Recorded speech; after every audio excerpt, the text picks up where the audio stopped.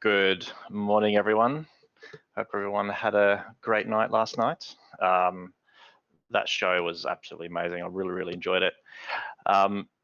So a few little housekeeping things we'll kind of get through as well. So we on the right-hand side, for those that are not familiar with the platform, we have a little chat window there and Q&A window as well. So if you do have questions for any of our speakers today, you can just ask them within that platform.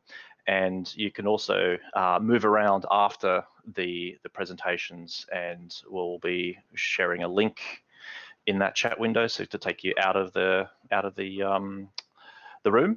Now, our next speaker I was just chatting to before, so he comes from all the way from Chicago in the US, and we are very fortunate, and he's very fortunate, that's normal time, or reasonable time for him. So it's only, in the afternoon or late afternoon for him. So it's not 3 in the morning, which is quite lovely. So we have John Bambenek, who's going to be presenting. So he's a president of Bambenek Consulting. He's also a PhD student at the University of Illinois, and also a handler with the SANS Internet Storm Center.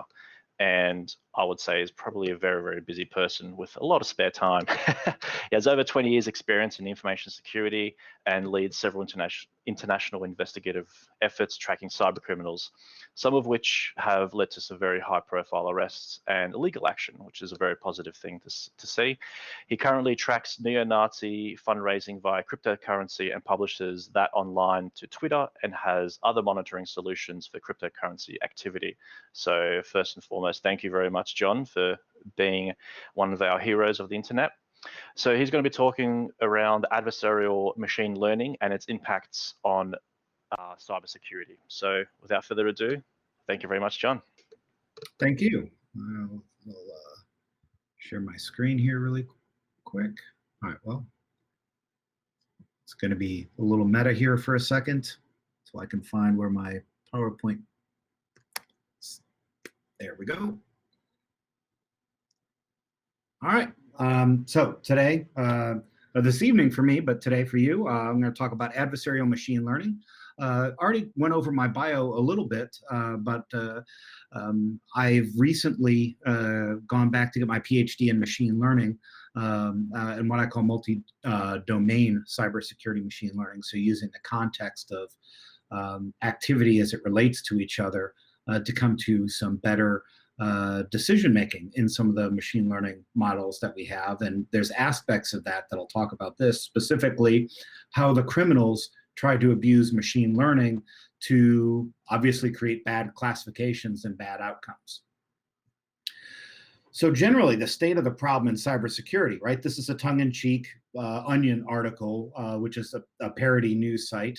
I don't know how many of you are familiar with from 5 years ago, but it still holds true. The vulnerable attack surface of many of our countries is so huge that even the criminals are having a hard time keeping up with it. So we have a whole lot of problem and not enough people trying to solve it. And one way that we try to, that has been advertised to address the cybersecurity problem is to try to automate, just security automation generally, right? If we can have computers automate so many tasks, less people will be needed to secure things, which sounds good with some caveats. A part of that, of course, is machine learning, right? Machine learning is one form of automation. And as with everything of technology, there's an XKCD that kind of makes fun of some things, but there's an element of truth. Is a lot of machine learning is people taking data, putting it into a pile, running linear mathematical algorithms over there, and seeing what comes out of it and the clusters. And a lot of people don't spend any real time asking fundamental questions of where the data comes from, what kind of classifications there are, and what is outputted for the system. A lot of machine learning research and discussion and tools focuses a lot on the algorithms that do linear algebra. And that's all very interesting and complicated if you're a mathematician. But by and large, the algorithms just work, right? You can trust the algorithm to do its job, much like anything you program a computer to do, right? It will do exactly what you tell it to do. The problem is if you put garbage in, you get garbage out. And we're going to talk about one aspect of that is adversarial behavior. So there's a handful of machine learning use cases. People are doing it for ad tracking and related behaviors to find, based on these attributes of what websites you go to and how you post on Facebook and who you interact with on Twitter, what kind of product should I advertise to you? There's image classification, object recognition, right? If I'm a self-driving car, I need to know what's going on around me to avoid accidents. Or facial recognition systems that are not just used in social media, but used by law enforcement, which is its own human rights concern, right? And quite frankly, a lot of machine learning use cases are creating human rights issues in ways that aren't anticipated, that many of us will have to start dealing with here in the near term. But this talk is specifically about cyber security machine learning. There's also a conversation about cybersecurity in machine learning. That's its own topic that deals in with human rights. There's natural language processing, but specifically we're going to talk about the last one of security automation, right? It could be something as rudimentary as, is this file malware or malicious? Is this domain bad? Is this set of network traffic something that should be blocked or interdicted? How do I process a seam and data and all that data in a seam to bubble up to the surface the stuff that really needs to be responded to? There's a handful of products out there in the open source world. There is DGA detection, right? There's lots of open source products and researches that will help you detect whether a given input domain is generated by a domain generation algorithm. Phishing, right, is something, a phishing email or a phishing web page, right? Some of that uses natural language processing. Some of that uses image recognition, right? Is this PayPal? Is this a PayPal logo on this page that isn't on a PayPal property? And there's some on ransomware. There's some commercial products that advertise machine learning functionality with endpoint products, seam-based analysis and network traffic and attack surface monitoring and threat and vulnerability analysis. There's lots of ways that people are trying to deploy machine learning to figure out what really matters in terms of threats in the network. And those exist and are deployed today. Whether those technologies are all that they're made out to be is another question. But why machine learning, right? I mean, there's several reasons, right? I don't know the technical breakdown, but having been to an AusCERT conference before, I don't know, there are reverse engineers at this conference who handle malware. There's SOC analysts. There are people who, are doing compliance, the wide gamut of cybersecurity, and you all know that responding to an incident and recognizing an incident takes time and it takes analysis. Human beings make mistakes. I mean, phishing inherently is really, at its core, human beings making mistakes. But even us who have been in this industry for a long time have made mistakes. We don't pay attention to detail. We miss important things. Some of those things that make it very easy to miss with puny code and the internationalization of domain names, right? The letter O, there's like 22 versions of the letter O. So when I type Microsoft.com or when I see Microsoft.com in a link, is it really going to Redmond, Washington? Or is that O something different where it's a phishing web pages? And human beings are not consistent. We get tired, we have biases, we make mistakes. We could be operating under stress and having to make quick decisions. Computers, do things quickly, and they're not subject to the human stresses and psychological impacts that we are. But does machine learning really fix this? Yeah, I mean, computers do things at scale very fast, and machine learning can operate fast. Sometimes it's a little slower depending on how much you're trying to process, but the cluster data. But the fundamental problem of machine learning is not the math. In fact, the fundamental problem of any computer flaw is not the code, it's the human being creating the system. In the case of machine learning, picking the features, right, of what attributes am I analyzing, choosing the training data, the training set of what data do I start with and analyzing. How am I operating in what context? Am I operating in an internal system, operating on a seam? Am I operating on the internet at large? and there's a human being evaluating the results. And these are where the errors come in, despite a lot of the research being focused on the math by mathematicians, which means, there's lots of the problem space that's underanalyzed and underconsidered from a risk perspective. That if you're deploying these things, even outside the cybersecurity context, if you're doing fraud detection, right, are people really looking at all of the human decisions in there to ensure that there's not errors, right? The cynical answer to that is machine learning makes human mistakes at machine speed, right? Because it's very easy to make mistakes in those above 4, and if those mistakes are not caught, that mistake is just being multiplied at scale of whatever the context of that system in there. So the domain of adversarial machine learning begins with training data, right? It's if I can give inputs to this machine learning algorithm, and ultimately I can, right? Either in the training data or in its processing, how can I manipulate that system to make incorrect decisions, right? Up front, right, there's poisoning the training data, but certainly just the data in general that it's processed on, right? And this third point here seems subtle and kind of self-explanatory, but it's really the most profound problem. For machine learning, generally, your training data starts with benign things.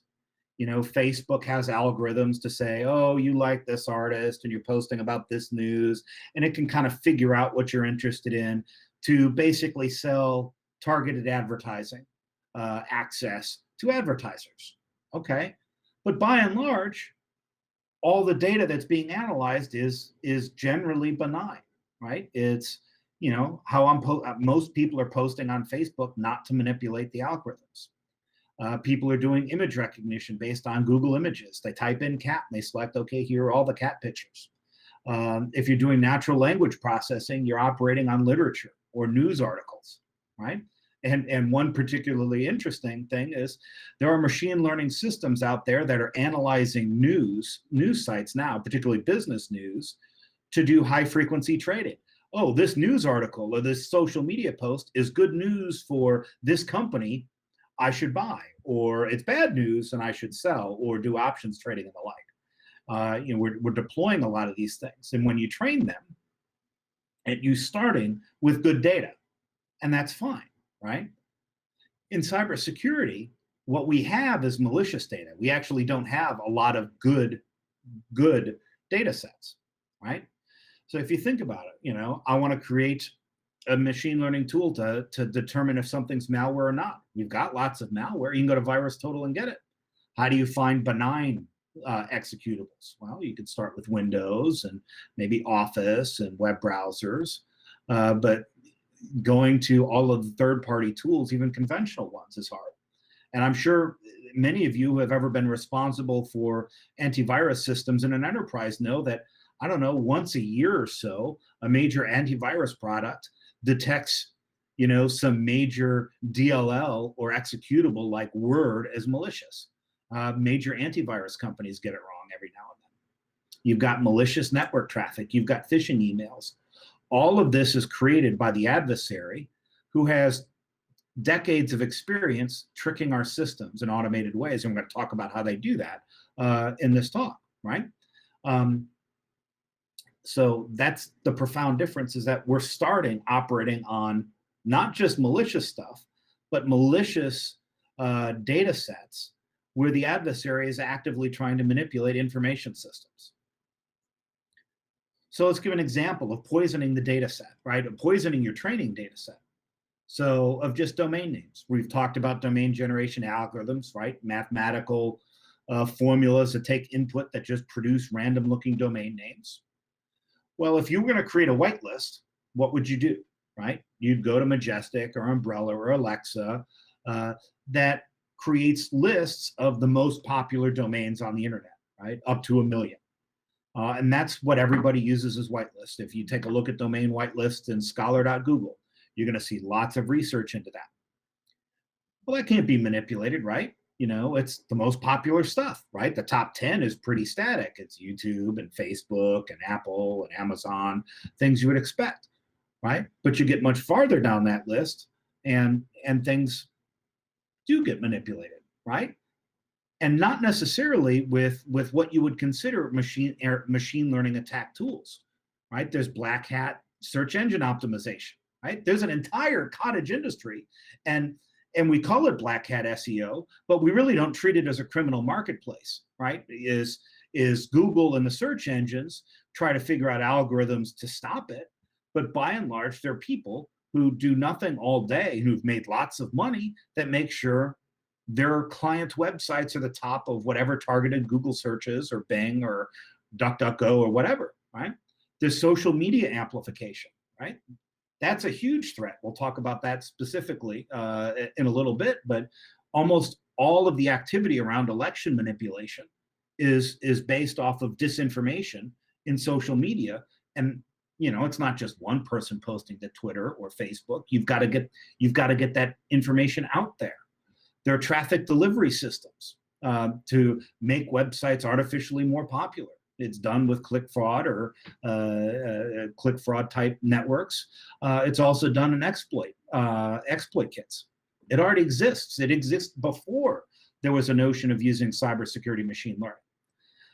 But the fundamental point is criminals have been exploiting automated systems forever, right? Is the fundamental computer security problem that we're all addressing is that we have information systems that are processing inputs that we can't trust.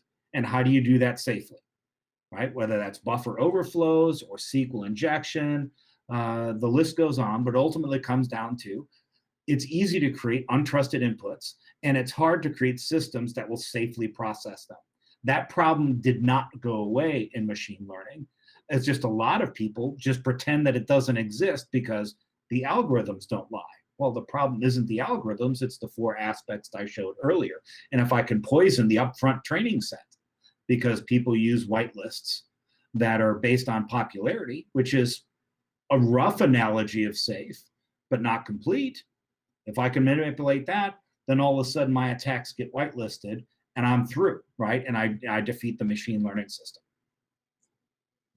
So when you talk about adversarial machine learning and research, and see the academic literature, you're talking about, generated samples where here I get a panda and I apply some very subtle noise to the image, that is imperceptible to the human eye. So when a machine learning image looks at this panda over here, it doesn't see a panda, it sees a gibbon, even though in my human eye, I'm looking at it and I see what it is.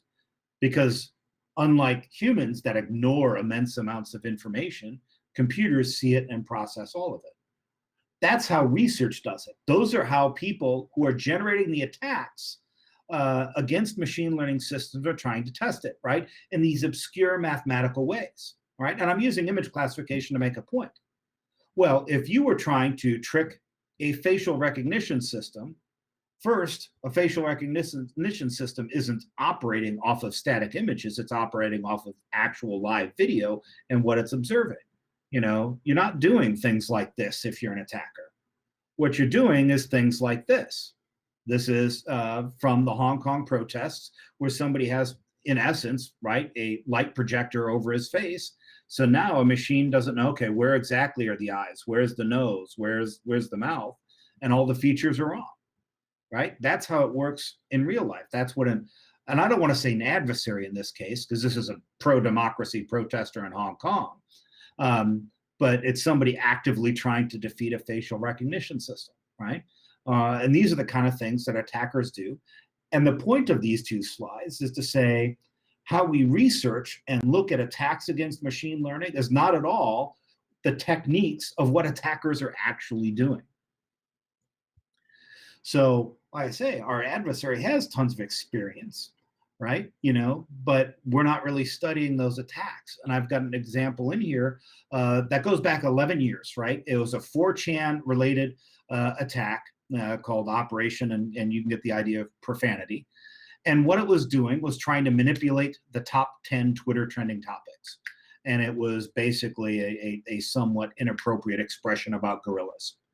And for a while, they had taken over the trending topics, basically with social media magnification and amplification, right? Enough people at 4chan got together, started posting the same hashtags, and the algorithms were quite simple. It took things over. Well, when we talk about disinformation and electoral manipulation, certainly with social media, it's doing basically the same things. Yeah, it's a little bit more complicated now to engage in amplification, but not only are nation states, from the perspective of the United States in what's going on right now with a presidential election, Russia, China, and others are trying to sit there and get their messages out to manipulate the public. But there's also political activists and parties who are doing the same thing. Right? Is that not only the criminals, or I shouldn't say the criminals, because that's not, I'm not entirely sure this is criminal behavior, but people are manipulating the algorithms, both foreign and hostile adversaries, and people within our own political ecosystem, and that happens everywhere to a much larger extent. Right? It's the same thing, and I said they've been doing it for a while, and this from 2009 was. I said it was a bunch of people on 4chan doing relatively unsophisticated things. They're not generating adversarial samples.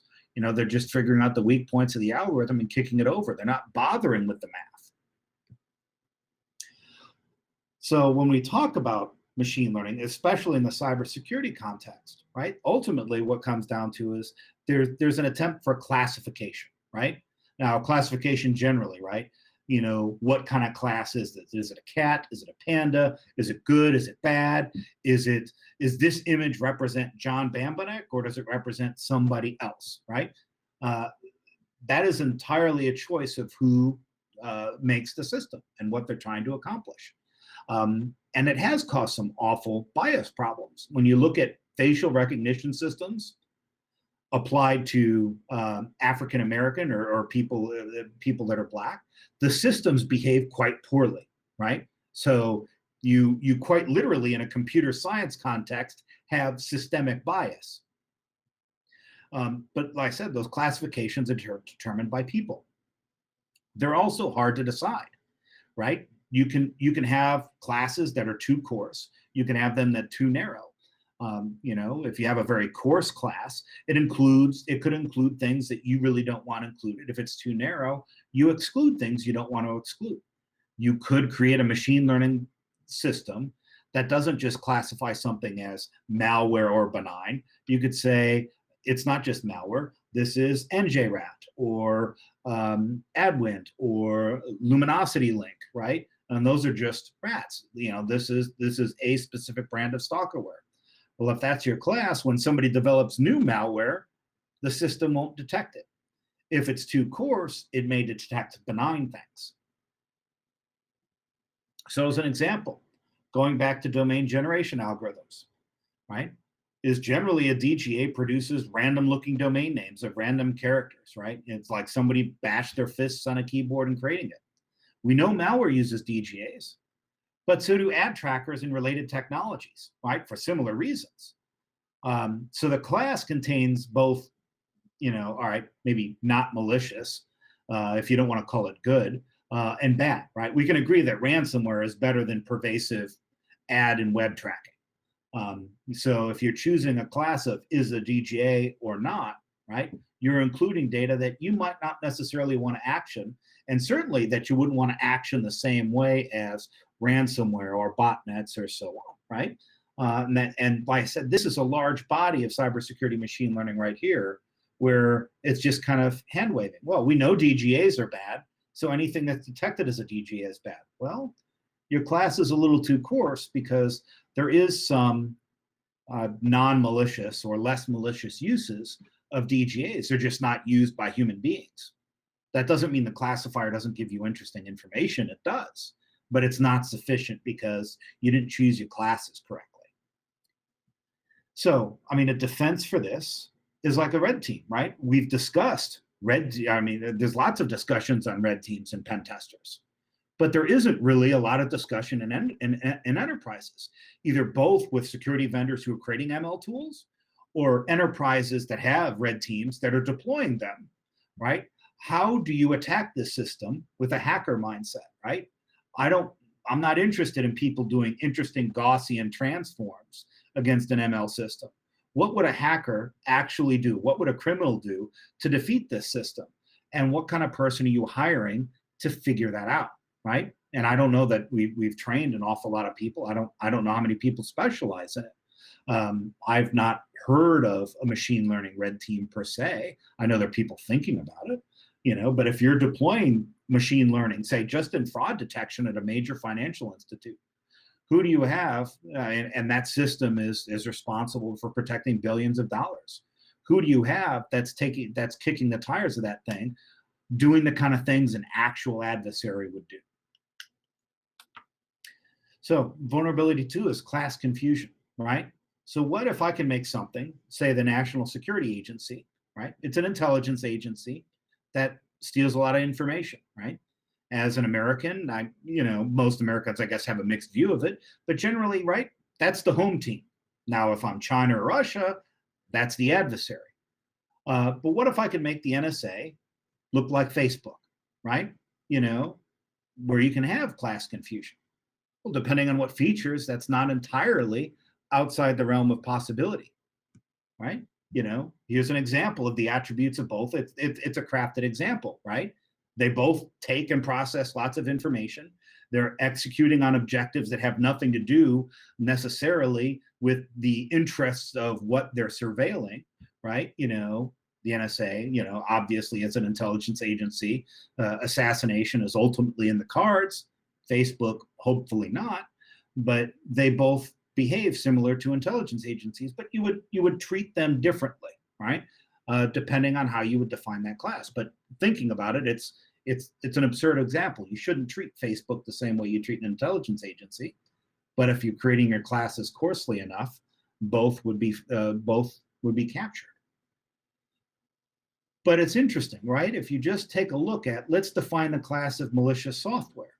We'd all agree ransomware should be on it. Ransomware is awful, right? There's talks about this at this conference. It's still a problem, going on 7 years now. Going back to CryptoLocker in 2013, which is kind of the first modern successful form of ransomware. It's still with us. Stalkerware. We can all agree that domestic abuse is horrible and software that enables domestic abuse is horrible, right? Well, what about potentially unwanted applications? Well, as an IT administrator, you might not want it, but maybe your policies don't prohibit it, right? It's certainly different than ransomware. What about cryptominers, right? A lot of antivirus is very strong at detecting things mining Monero, but that also means people who are hobbyists who want to mine Monero at home all of a sudden have difficulty either, and if the antivirus doesn't allow them to create exceptions, either they've got to decide not to run antivirus or not to mine Monero. There's the individual, that has all of those. I don't know how this happens or if this still happens anymore, but back in the day when I did IT support, there's always somebody who had like 6, 7 different toolbars in Internet Explorer, to provide, information or ads and, they'd see an ad every now and then and they get 2 cents for clicking it or whatever, right? As an IT administrator, I didn't hate it, or I didn't treat it as ransomware, but the policy at the place didn't allow me to do anything about it except saying, hey, by the way, this stuff is kind of spying on you. You might not want to think about not using it anymore. So defenses to that. Don't do unsupervised machine learning and don't use products that do it, right? If you're doing kind of research to go find new and interesting things, your hunt team to try to see if you can get insights, generally, okay, you can do unsupervised machine learning. But in the cybersecurity context, right, you want to provide known, classed, and labeled data to the system because, again, you have the class confusion problem, right? If I'm just doing unsupervised machine learning on domain names, yeah, I'm going to get all this algorithmically generated domains clustered over here. Well, there's some good and bad in there. That doesn't give me anything to act on, or I should say, if I act on it, I'm going to be making mistakes. So spend real time on figuring what the classifications are and labeling them and defining that of what's included and what's not. with, like I said, trying to balance the being too coarse, being too narrow. But also bear in mind, the attackers kind of know our classes. Everything we do is public, in essence. So they're able to determine that and act accordingly. You'll hear vendors say it, but our machine learning models are proprietary. The attackers don't have them. In adversarial machine learning, there's a concept of what's called transferability, namely that if you have models that are roughly, and I emphasize rough, similar in terms of the kind of features they use and the kind of data they used, attacks against one are valid against all of them. The percentages might change a little bit, but by and large, if I can take a white paper a vendor does and kind of infer, okay, this is the features that they're using and the attributes, and here's the data sets that they're using, I can simply just create my own model with my own data that's roughly similar, and then keep attacking that until I'm successful, and then deploy that attack, and I will probably be successful in defeating that proprietary model. This is what I call the virus total problem, right? Is if I want to see if my piece of malware is detected, I simply could submit it to virus total, and it runs against all the AV engines. I could buy the AV tools or the endpoint tools and run my attacks against it. If I'm an intelligence agency, I have a budget to do exactly that. If I'm an attacker, I've got to do more crafted things. But the point is, the attacker can test attacks as much as they want until they get it right. Or for that matter, and what we see particularly with phishing is they simply just keep attacking in production because they don't need every attack to work. They just need one to get through, right? They need to get lucky once. We need to get lucky every single time, right? But not every attack is the same, right? Which means, like I said, they can experiment. And if the models are done too narrowly, things will slip through because it's new and doesn't match any of the previous labels, right? So the model should be ambiguous. And what does that mean, right? Is in data science, you want your models typically to make a decision. I want to run machine learning and I want to have an answer. A lot of times, a lot of the data, it's very certain, it's very obvious, right? And those of you who are SOC analysts, there's lots of things that you could look at and make a determination in seconds and you know you're right. And then there's some that takes some time and work. The same is true by analogy in machine learning. The data that's not clear cut is what's interesting to you, right? We talk about hunt teams. We know that in threat intelligence and SOC teams is there's people out there looking for failures. What's the analogy in data science, right? There should be people looking, whether it's a vendor deploying these tools or an enterprise who's using machine learning tools to figure stuff out. Is I want to figure out where's the model, what data and results is the model only 60% confident of? That's what I should be taking a look at, because you never want to take the humans out of the mix. Because like I said, there's human error that's already caked into these models.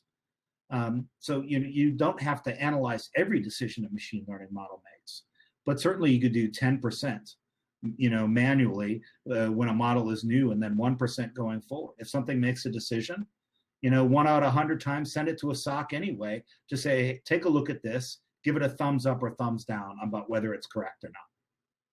But like I said, also have a machine learning hunt team look at the ambiguous results, because that's where the interesting data lives. That's where your APT is going to be, right? That's where your targeted attacks are going to be more often than not. There's a couple of things that make it look bad, but they're really trying to make it look good, right? There's lots of stuff that's just going to be the noise. The internet background radiation. Block it by all means. If you can get that off of your SOC's desk, great. You've got a big win. But focus on that interesting data and don't force a model to make a decision for you. And the last point, right, is many of you are enterprises, and a lot of people are saying, hey, this machine learning this and machine learning that, and it's a buzzword. Some people are saying machine learning and it's not really doing any real machine learning. But you can ask vendors, right, and your partners, all right, exactly what are you doing, right? Where did you curate your training data, right? How often do you update it? How do you define your classes? Are you doing unsupervised or supervised learning, right? And some people say, hey, these algorithms and data science, and they'll try to dazzle you with math. And that's not the interesting questions. That's not really the important questions. It's where you got your data, how are you curating it, how are you labeling it and classifying it, how are you defining the classes, are you doing supervised versus unsupervised, and are you analyzing results? Are you getting telemetry back to sit there for somebody to evaluate saying, hey, we got this wrong and we need to go tweak our models and relearn it? Right? Somebody saying, but the algorithms is not a good answer because, like I said, the human error isn't in the linear algebra. The human error is in all the human decisions that go into what gets thrown through the linear algebra, right? And a last point, right? ML can classify and do a fairly decent job if you can control all of the above. There are a lot of people trying to do machine learning to protect outcomes, right? And that's not just in cybersecurity, right? There's lots of other use cases with insurance companies and education and on and on. Machine learning does not fare well there, right? So if somebody's peddling, machine learning to predict outcomes, not even the research and the math shows that is truly a viable way to apply this technology. I think we've got about 3.5 minutes left for questions. Thank you for attending my session. If you have any questions, there's an email there. I'm available on Twitter as well. And I will give some time here now for your questions before the next speaker comes up. Thank you very much, John. That was really, really interesting. I'm sure it was quite interesting to kind of leverage your PhD studies in this field as well, right? So it's really, really good when you can do that. 2 birds, 1 stone, and all that. Well, yeah. So I did have a question for you. So there was a presentation earlier from Australia's e-safety commissioner, and she was asked whether or not the technology companies were doing enough for safety, or whether it's a problem that's a little bit too hard to solve. In your opinion, do you feel as though a lot of the tech companies are using machine learning in the appropriate ways to kind of potentially limit the threat to democracy, or the threat to kind of these types of things that we have seen, potentially in the 2016 elections, in your neck of the woods in the US? Every time, most days I go to Twitter and I look at trending topics, and I don't know who's manipulating it, but I know it's manipulated, right? So you dig into amplification networks. It's with SEO and social media, we are really nowhere.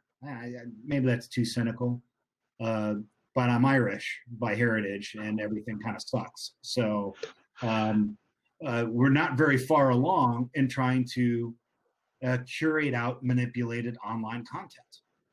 And whether that's phishing emails or phishing web pages or manipulated search results or any of that, it's a cat and mouse game. Nobody has solved that.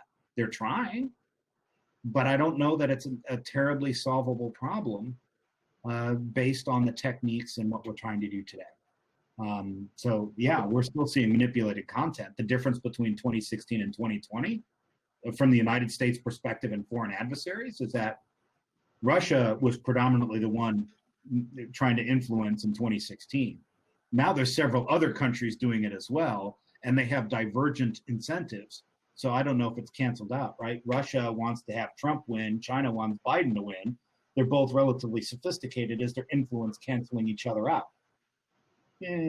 That's really not two big waves kind of hit each other. Geopolitical fourth dimensional chess, not technology. And we've got about 40 seconds left, so there is one question in the Q&A tab. Is there any categories / use cases where you find machine learning to be better or more reliable than others? I said, it depends on the data that you start with. Natural language processing is pretty good depending on what you're doing with it, right? I've got an Amazon Echo behind me. I can give it instructions, and it's fairly accurate. But we've all kind of seen the voice recognition failures. In cybersecurity, it's very difficult because we don't have a lot of good curated data sets, right? Could I model benign endpoint behavior. Sure. If there's an enterprise out there in the audience who is willing to let me run an agent on all of their endpoints, and I'll anonymize the data to create a good data set of benign workstation behavior, I'm more than happy to do it. But your counsel would say no, because it's a huge privacy and confidentiality risk. Right. Well, thank you very much for the great presentation. And if there are any other questions from any of the members of the audience, please do reach out to John. His contact details are on the slide just there. Thanks again. Enjoy your evening, and hopefully you can stick around and see some presentations and before it becomes too late in your time. And thanks again, and take care. Thank you. You too.